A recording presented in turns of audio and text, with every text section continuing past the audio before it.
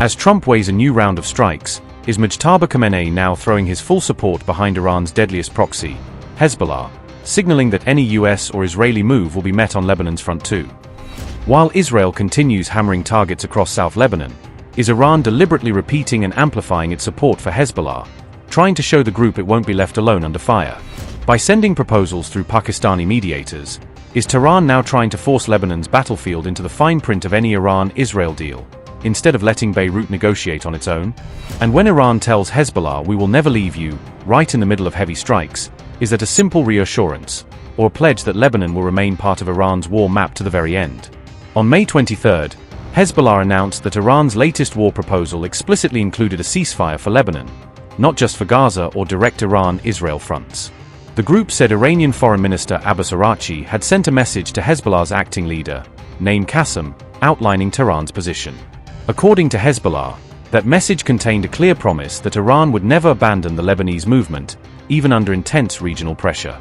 The statement also framed Iran's backing as part of a wider commitment to movements demanding justice and freedom, placing Hezbollah inside a broader axis of allied groups. All of this comes as reports indicate Iran's overall proposal was passed to Washington through Pakistani mediators, using Islamabad as a bridge between Tehran and the US. Hezbollah has claimed that the plan aims for a permanent and stable end to the regional war, suggesting it is more than a temporary pause or limited truce. The group also stressed that Iran specifically demanded Lebanon's front be included in any ceasefire deal, not left out as a separate, secondary file. Meanwhile, Lebanese officials have insisted that their own talks with Israel must remain separate from any broader Iran deal, resisting attempts to fold Beirut into Tehran's negotiating track. Beirut's position is that security negotiations with Israel cannot be directly tied to U.S. Iran discussions, arguing Lebanon has its own specific concerns and conditions. Reports indicate that talks between Israel and Lebanon are already underway under U.S. auspices, with American officials acting as facilitators. A new round of security discussions is scheduled to take place at the Pentagon on May 29, bringing both delegations back to the table. A fourth round of negotiations between the two sides is also planned for June, suggesting that despite continued strikes, channels for dialogue remain open. In parallel, Israel has continued to launch strikes across southern Lebanon despite an April 17 ceasefire arrangement, keeping the border region under near-constant pressure. The Israeli military has issued evacuation warnings for roughly 15 villages before some of these operations, urging civilians to leave areas it plans to target.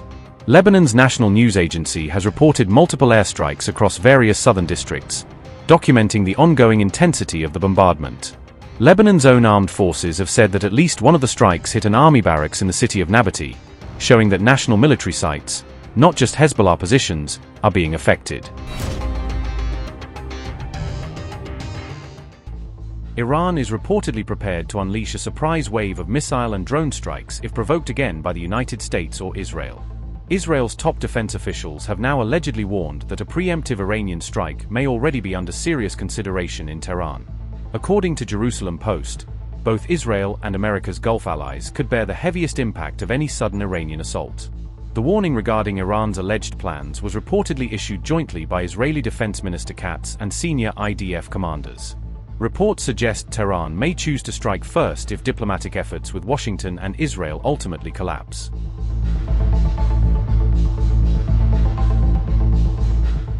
Israeli officials allegedly fear Iran's possible preemptive attacks could resemble America's controversial Operation Epic Fury strategy. The Israeli Air Force and IDF have reportedly been holding extensive consultations with their American counterparts regarding Iran's next moves. Reports also claim that the United States and Israel are increasing military readiness while intensifying intelligence sharing on Iranian activities. IDF Chief Eyal Zamir has reportedly directed Israeli troops to prepare both offensive and defensive measures against potential escalation. According to reports, Zamir is also maintaining close coordination with American officials for a joint response strategy toward Iran. The Jerusalem Post further reported that Washington rapidly accelerated weapons transfers to Israel throughout the month of May.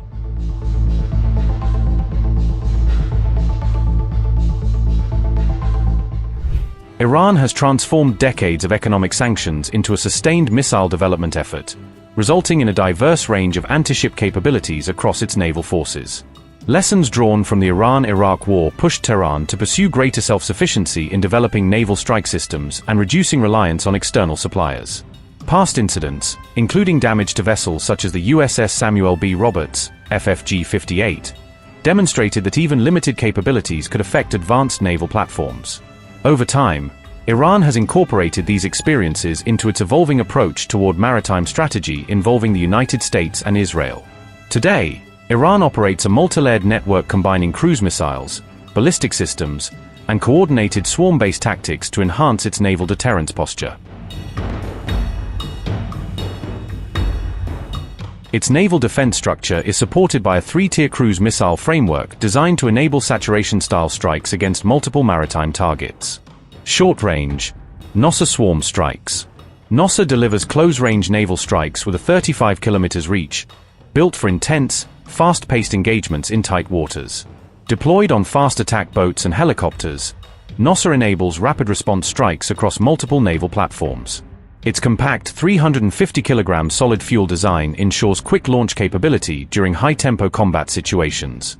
Optimized for swarm tactics, dozens of boats can launch missiles simultaneously to overwhelm enemy defenses. NOSA is ideal for destroying small and medium vessels at close range through sheer volume of coordinated fire. Medium range, Noor and Qaeda Coastal Shield. Noor marks Iran's first indigenous cruise missile, forming the backbone of its coastal strike capability since the 1990s. Flying under 5 meters, Noor evades radar detection until the final seconds before impact. With a 120 km range and 165 kg warhead, Noor can cripple frigates and large surface vessels. Qaeda extends strike reach to 200 to 300 km, enhancing Iran's ability to engage targets deeper into the Gulf. Equipped with inertial and GPS guidance, Qaeda maintains accuracy even in electronic warfare conditions. Together, Noor and Qaeda form the primary defensive strike layer along Iran's southern coastline. Long range, Qaeda 380 breakthrough. Qaeda 380 pushes Iran's strike capability beyond 1,000 kilometers, extending threat coverage far outside the Gulf. Built to resist electronic jamming, the missile maintains effectiveness even in contested signal environments. It can be launched within minutes by a single operator, enabling rapid and flexible deployment. A unique turbojet above airframe design enhances performance and distinguishes it from earlier systems. Truck-mounted launch allows full wing deployment, ensuring quick readiness in mobile battlefield conditions. Qaeda 380 marks a major leap in Iran's long-range naval strike and deterrence capability. Medium-range workhorses, Qadi and Nasir. Qadi serves as a versatile 300 km range missile deployed across coastal batteries and naval vessels. Weighing around 770 kg, it carries a 165 kg warhead capable of engaging multiple naval targets. Nasir offers a lighter, turbojet-powered alternative, reaching speeds of up to Mach 0.8. Both missiles can launch from land and sea, enhancing operational flexibility across combat scenarios. Ceasefire and Kawsar, lightweight but deadly. Ceasefire delivers a 250 km strike range, specifically designed to target small and medium-sized vessels. Low-altitude flight and GPS guidance make interception extremely difficult for enemy defense systems. It can be deployed on fast attack craft, extending the reach of Iran's naval swarm tactics. Kawsar, based on Chinese TL-10 tech, features strong resistance to electronic jamming. It is optimized for combat in heavily contested electronic warfare environments. Abu Mahdi, long-range game changer. Abu Mahdi extends Iran's strike reach to 1,000 kilometers, covering the Arabian Sea and northern Indian Ocean. It carries a 400 kg warhead and can be launched from land, sea, or air platforms. AI-assisted flight allows dynamic path changes to evade advanced missile defense systems.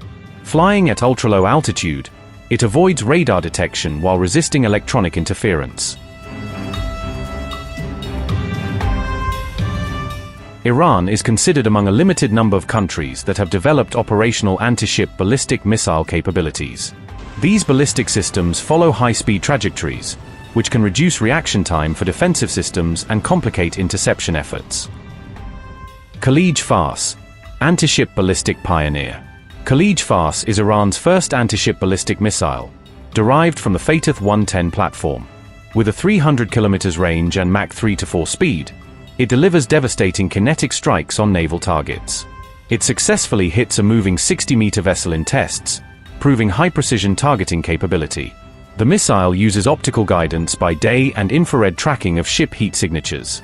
It is designed for direct hit accuracy with near-zero error in terminal phase. Hormuz 1, Hormuz 2, radar killers. The Hormuz series marks a major leap in electronic warfare-focused missile technology. Introduced around 2014, these missiles feature advanced seeker systems for naval targeting. Hormuz 1 homes in on enemy radar emissions, acting as a powerful anti-radiation weapon. It forces warships to shut down radar or risk immediate missile detection and strike. Hormuz 2 uses an active radar seeker to independently lock and track targets. Both missiles reach speeds up to Mach 5 with a strike range of around 300 kilometers. They are designed for coordinated multidirectional attacks to overwhelm naval defenses.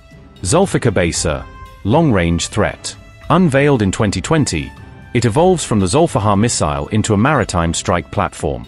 Zulfikar Baser extends Iran's anti-ship strike range to 700 to 1,000 kilometers beyond the Persian Gulf. Its electro-optic seeker enables precise targeting of distant naval assets. It can threaten fleets in the Sea of Oman and even parts of the Red Sea. The missile signals Iran's shift toward extended-range maritime denial strategy.